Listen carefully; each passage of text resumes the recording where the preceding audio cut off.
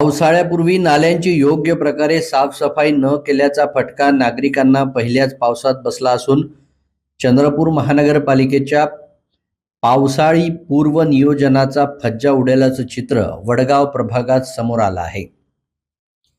थोड्याच पावसात जनता कॉलेज चौक परिसरातील नागपूर चंद्रपूर महामार्गालगतच्या नाल्या मलबा व कचऱ्यामुळे तुंबल्यानं नालीचं घाण पाणी थेट घरांमध्ये व दुकानांमध्ये शिरलं. वडगाव प्रभागातील नगरसेवकांना याची माहिती देऊनही याबाबत कुठलीही कारवाई मात्र झालेली नाही.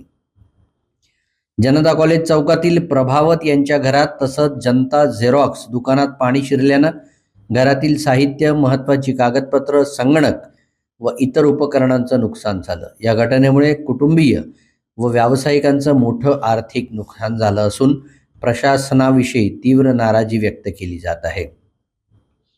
स्थानिकांच्या म्हणण्यानुसार झरणा बारच्या शेजारील इमारत पाडताना त्यातील मलबा नाल्यात टाकण्यात आला.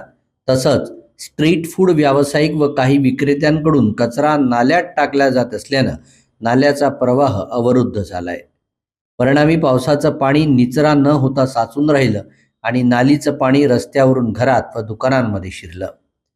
या प्रकारामुळे चंद्रपूर महानगरपालिकेच्या पावसाळी पूर्व कामांवर प्रश्नचिन्ह निर्माण झालं आहे.